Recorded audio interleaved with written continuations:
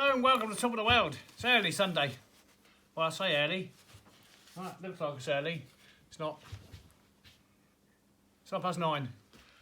So while I'm waiting for the tractor to heat up, also my neighbour next door, or back in the forest, for those that you are regulars, you'll know it's Thomas's place.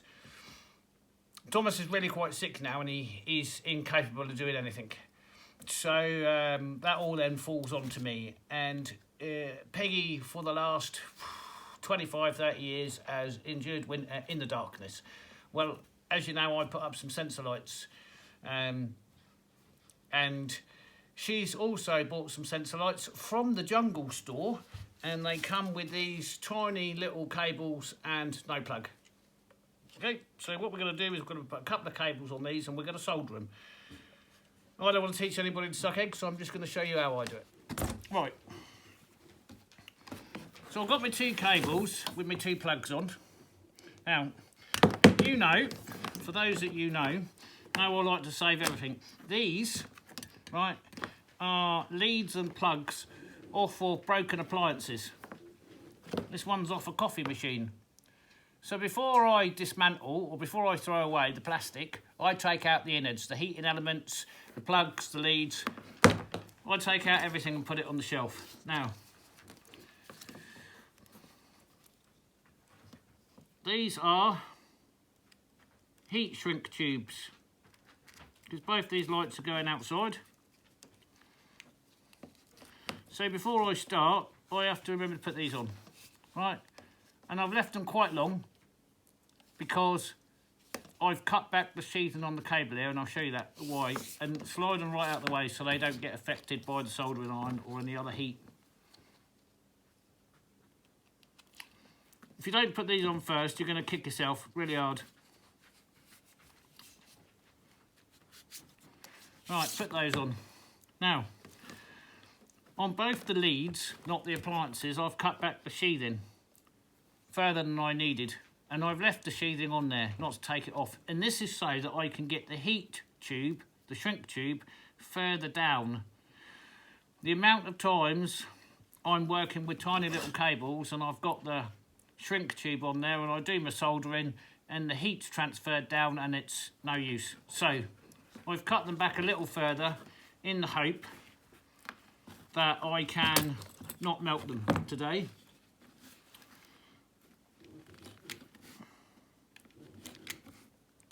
And I'll need 6 of these. How long have they got to be? Well, I don't know. That long.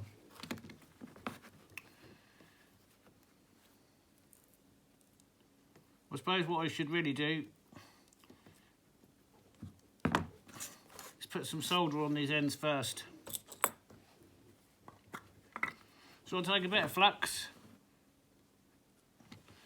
dip each of the 6 ends in the flux like this. Right, make sure they're all twisted.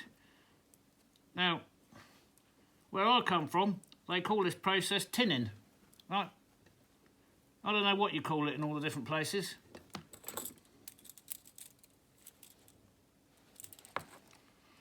But this is how it works.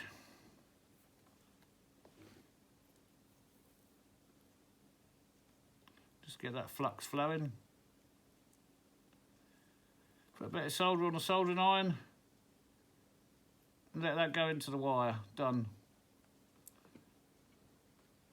Bit of solder on the soldering iron. There we go.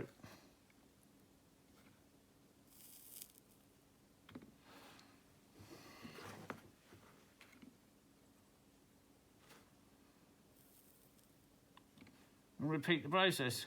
What this will do is this helps the two joints join quickly and easily because both ends are already soldered.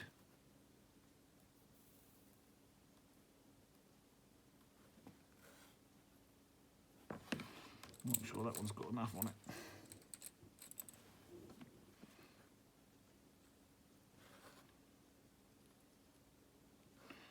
There we go.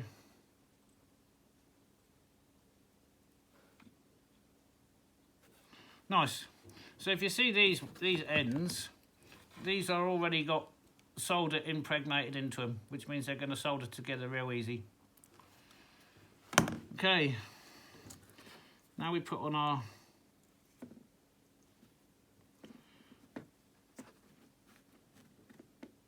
try and get them down there as far as we can.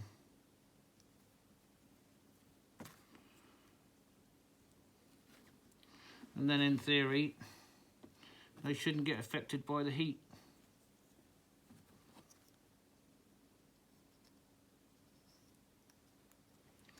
That one's probably a little long, if I'm honest.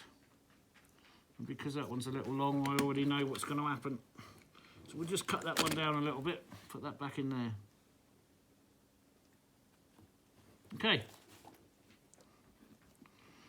We used to have a little tool that used to hold all these wires. I don't know where that is.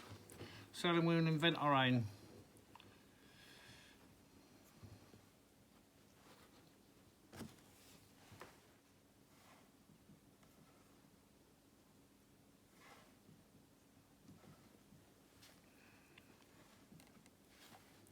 It's a bit of a struggle, really. Anyway, that little bit of a problem with the eyesight is going to get resolved next week.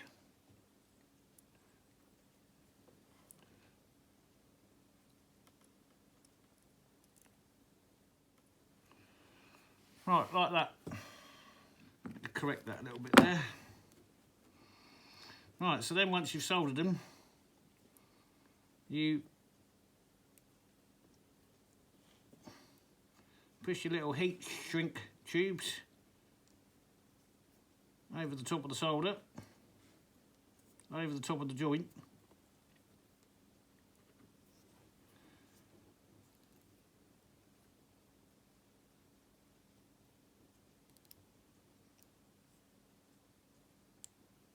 Like so. And then you shrink them up.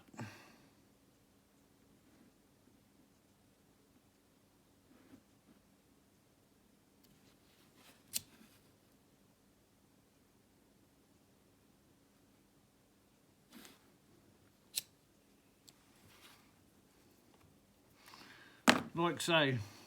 Push the wires back into the sheath and then slide your main tube along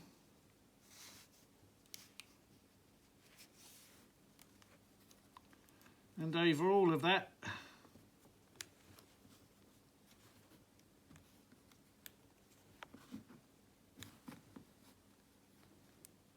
like so. And then you can shrink that one down.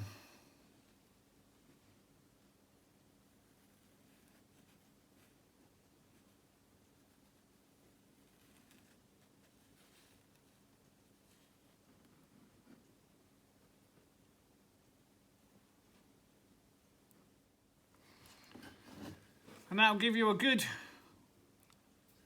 exterior waterproof seal. That's still a bit warm. That'll harden up and be a bit tougher when that's done. And that's the small one done.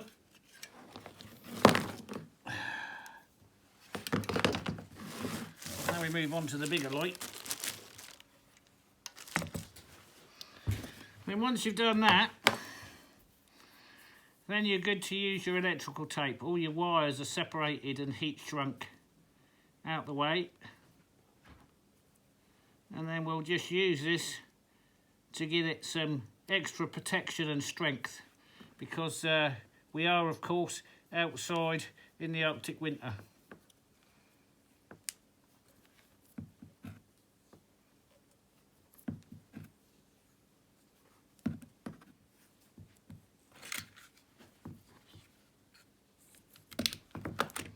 Now, would I have liked to connected these cables straight into the back of the light? Yep, you can't. They're soldered onto the circuit board. So this is where we are, and you don't want another big plug socket right here.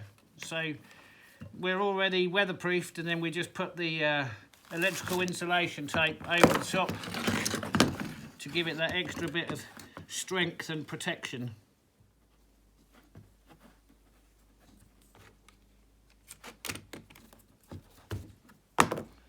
There we go. That's them two lights wired. So now I've wired the lights and had a little wine. Now we're off to try and install the lights. Now it has warmed a little. So I think it's about -20 Celsius. And I can't think where... Do you know something's interesting? Celsius and Fahrenheit meet at -40. Yeah, I didn't know that. Anyway, so when I say it's -40, right, that's the same in Fahrenheit. It's -40. Right. So much to my better judgment, he's been pestering me. I'm going to take him, and it's really too cold to take him and get him to stand around. He starts doing the old hop-footed one, and he can get a bit of frostbite in his feet. Anyway, he wants to come. So we're going to go and attempt to put these lights up, put my gloves on. So, yeah. Anyway, but what that will do is that will show you what I wanted to show you. And you know, a few weeks ago we had all that ice and it formed. Well, what's happened now is the snow's come and it's landed on the ice.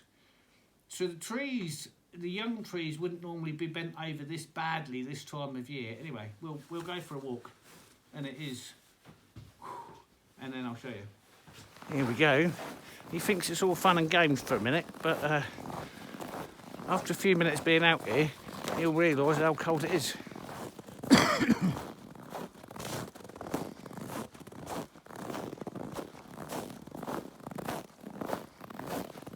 I thought this was quite cool.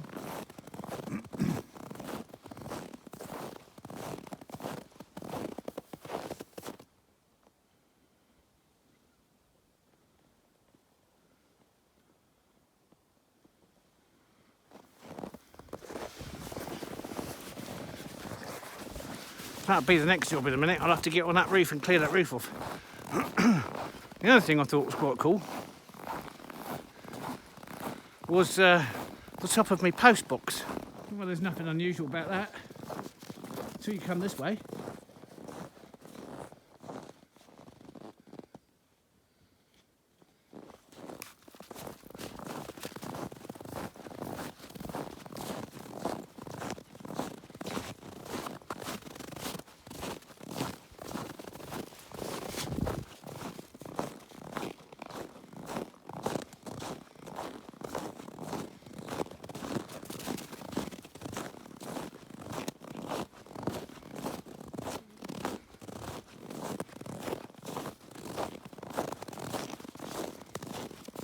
This is what I wanted to show you.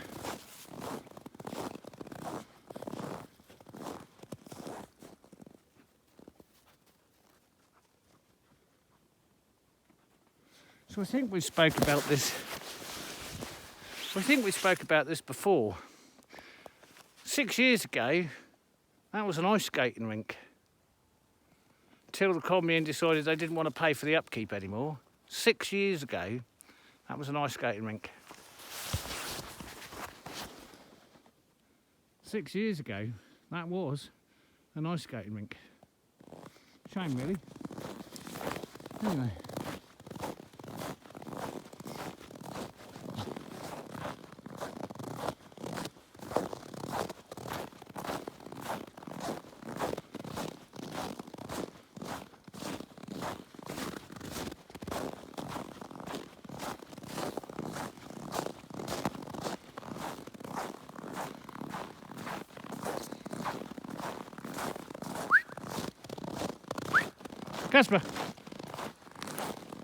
Casper, we're not going that way.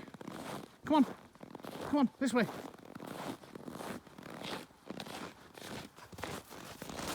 Come on.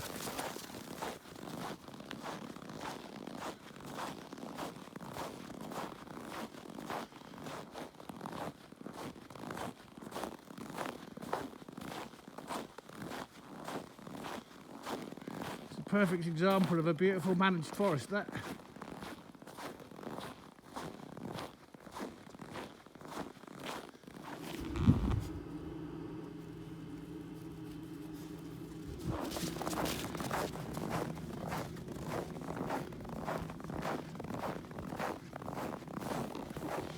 Well, we've been inside now for a quick cup of coffee and a warm up.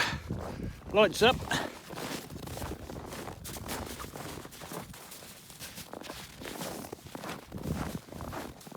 He's having another mad turn.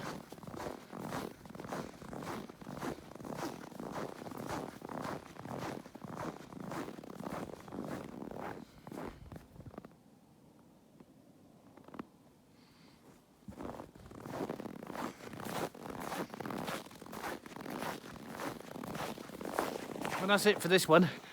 The last video I did, it got cut short. What I did mention, which I haven't mentioned because it got messed up, was for those of you that have asked about helping the channel out, there is now a buy me a coffee facility since it's taken 18 months and I'm still not monetised. So anybody that's interested, and there's an explanation as to what I need it for, and it's all media stuff, editing equipment, cameras, this kind of stuff. There is now a facility to be able to help me out with buy me a coffee on the channel. Thank you all for watching. Catch you on the next one. Bye for now.